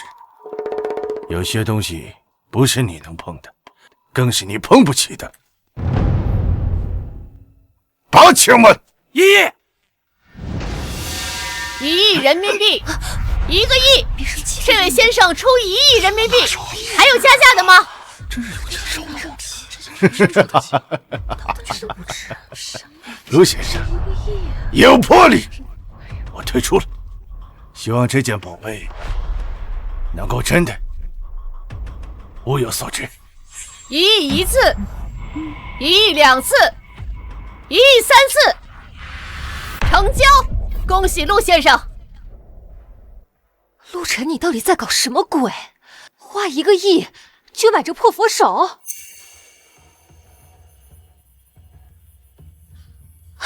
你是不是发现了什么？柳会长怎么这么关心啊？可惜和你没关系，要不，或者说呢，和你背后的主人没关系。你年轻人，我还是那句话，有些东西你懂得太多，拿的又太多，未必是福气。希望我们后会有期。这句话呢，我原路奉回。江城的水啊，太深了。等回头呢，您的生意要是做大了，别忘了低头看看脚下的路，好吧？那2个鞋带开了呀。是。哎呀，你有病啊！财大气粗啊！我敢收得出这钱。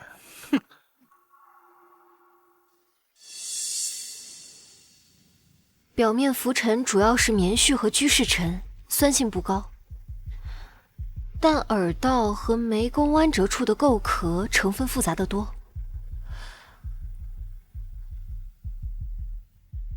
你看这结痂的厚度和颜色，里面应该混杂了大量香灰、油脂，甚至是历年不当清洁留下的微量化学残留。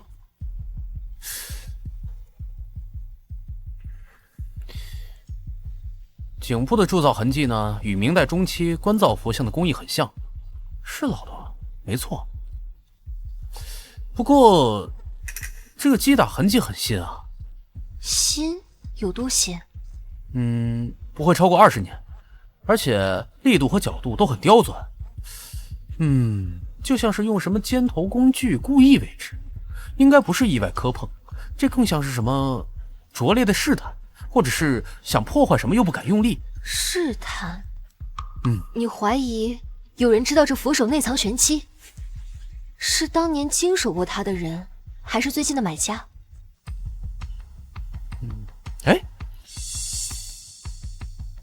找到了，在这儿，在正面。正面？这么明显的位置？佛家呢讲究明心见性，最关键的线索就藏在最显眼，却最容易被惯性思维忘了的地方，就是这个眉心的白毫像。你看，这个拼接处果然有缝隙。果然是。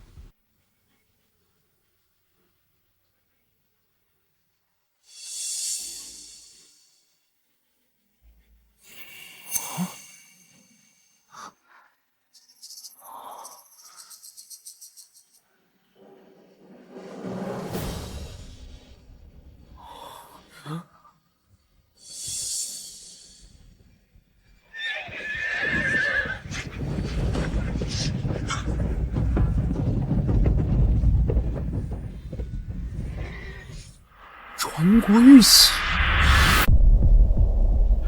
这不会是真的吧？这光不是普通玉石，是顶级的和田玉籽料，还是传说中的某种古玉？这玉质是顶级的羊脂白玉，而且是老坑料，油性、密度、光泽都达到了极致。看着赤狐钮的雕工，是典型的战国到西汉的风格，霸气内敛，细节处理非皇室工匠不可为。这难道真的是？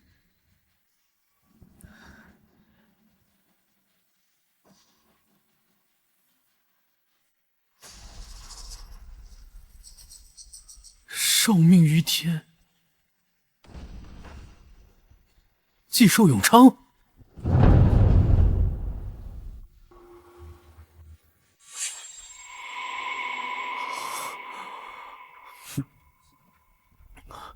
和氏璧为材，赤狐鸟，李斯篆书，金镶玉角，所有特征完全吻合。这真是传国玉玺！天啊，陆晨，这不仅是国宝，这是承载了2000年华夏正统象征的神器。陆晨，你找到了传说。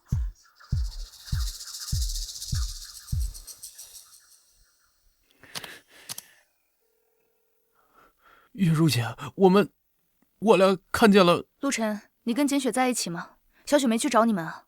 啊，小雪，你们不是说一会儿一起过来看佛像吗？对，我们是约好了，但我处理完安保细节给他打电话，他一直没接。我打到家里，保姆说他下午接了个电话就匆匆出门了，到现在都没回来。我打了10几个电话，一直都是关机。他从来都没有这样过。我查了一下他手机最后的地点，他在城西老码头附近，那地方鱼龙混杂。城西老码头？他又不会去那儿，什么时候失联的？大概2个多小时前。我在想，会不会是柳如烟，还有藤井商会那帮人？他们今天刚刚在拍卖会上吃了大亏。如果是绑架或报复，时间点太巧了。我们刚找到玉玺，除非他们从一开始的目标就不是佛手本身，而是还有其他目的。那个，月如姐，你这样，你先别急，你赶紧去调取所有能调取的监控。我和简雪先去城西老码头，咱们随时联系。我现在就去，走。我去开车，需要通知执法人员吗？先不要，万一真是他们那边的人，你通知执法人员可能会让小雪更危险。咱们先去吧。行，快走。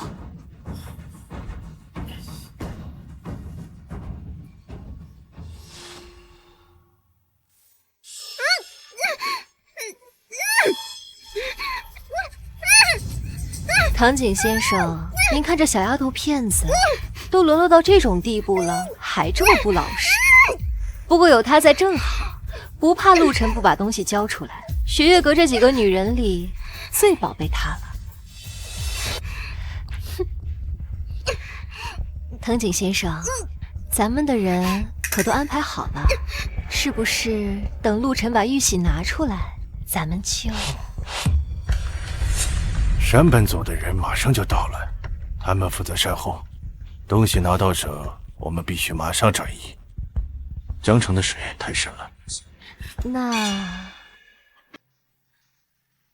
咱们安排完这些，藤井先生，您真的会带我回倭国吗？您之前说过的，只要我在您身边，做什么都行。现在还不是说这个的时候。东西到手，会有你的荣华富贵。安静点。小雪，小雪，小雪，来的还挺快呀！看来这小丫头在你心里分量还是挺重的。陆先生，你胆量还真大，看来拍卖会上的提醒你没听懂啊。玉玺。否则，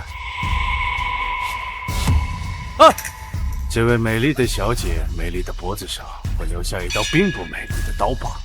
先把她放开，玉玺没在我身上。不在你身上，那你去拿呀，给你半个小时，不，20分钟。东西不拿来，你就等着给他收尸吧。找死！找死！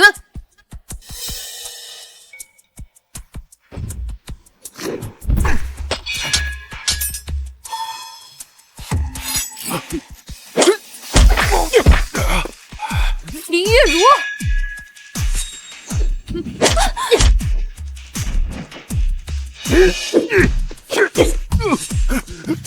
你们先去救小雪，我来收拾这个小八嘎。哼，连我外甥女你都敢欺负，也不打听打听我是干什么的。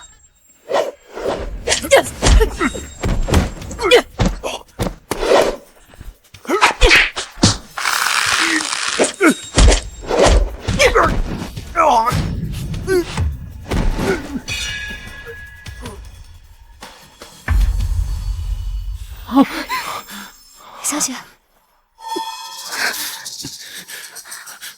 没事吧？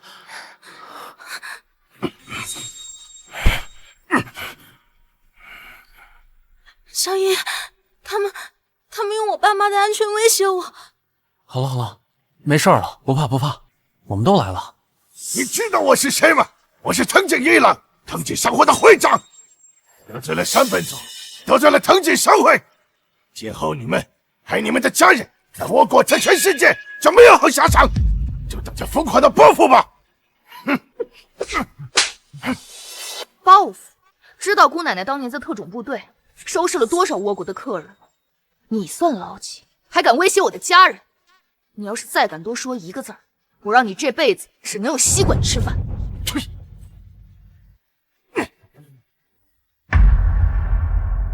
小姨，你们快带小雪先走吧。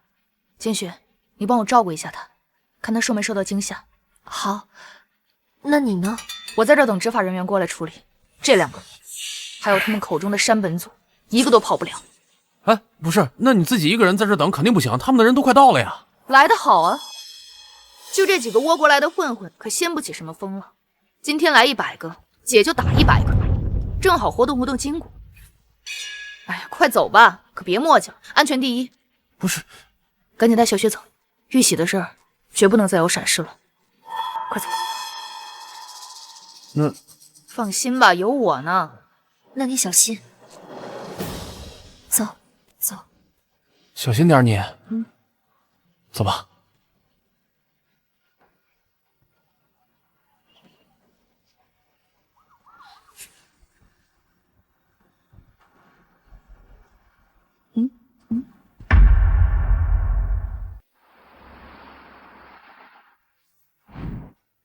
陈哥，你今天真是太厉害了！你今天在台上的时候，我都快紧张的不能呼吸了。直到你把玉玺交上去的那一刻，我感觉自己好像在做梦。你现在成了英雄，真正的英雄。不是想做梦，而是我们共同见证并参与了一段历史。陆晨，从今天起，你不再只是清远阁的陆晨，也不只是雪月阁的顾问，你的名字已经跟国宝回归永远联系在一起了。名声越大，盯着你的眼睛就越多。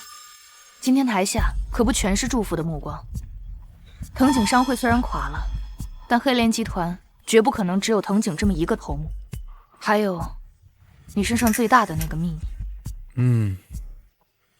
月如姐姐说的对，玉玺虽然回家了，但我的路可能才刚刚开始。那天结束以后，我和馆长聊的就是关于他。馆长怎么说？这个碎片是不是比玉玺还厉害？馆长说他们动用了最先进的仪器和一些未公开的仪器，都没能找到这个碎片的来源和材质，无法解析。这意味着这碎片的源头可能远超出我们的想象。馆长说他们在一些绝密的古老档案中，上面有一些零星的记载，他们都指向一个被称为元气的古老文明遗物。传说中元气被散落成了无数碎片，每一个都有自己的能力，而我这个可能是其中之一。所以你是说，这世上还存在着其他跟你有类似能力的人，或者是寻找碎片。没错，所以藤井背后的黑莲集团，他们的目标可能从来不是走私文物，或许就是寻找这些碎片。玉玺可能就是个诱饵，或者是开启保护秘密的钥匙。那你岂不是更危险了？唉，是福不是祸，是祸躲不过。馆长说他们要代表那个绝密小组正式邀请我加入，不是作为研究对象，而是作为溯源者。他们想借助我的能力去寻找和保护那些其他的碎片，以防他们落入恶人之手。你答应了？我没有立刻答应，我说我需要时间，也需要值得托付的伙伴。这条路注定不会平坦，路上可能会遇到一些我们无法想象的敌人，也会解开一些关于我们陆家的线索，还有一些这个世界的未知真相。所以少废话，清远阁的茶我还没喝腻呢，你想跑哪儿去？雪月阁的未来会全都压在你这位首席顾问身上，你想甩手不干，可没那么容易。反正你去哪儿我就去哪儿，这次你别想甩掉我。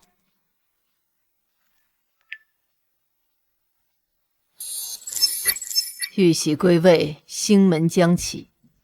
陆晨，你准备好见识真正的宝藏了吗？陈哥，谁的信息啊？那个没什么，垃圾短信。小雪，你不是说你饿了吗？我知道有家特好吃的饭店，咱一起。啊？走啊，一起呗，走。这小子又开始自作主张。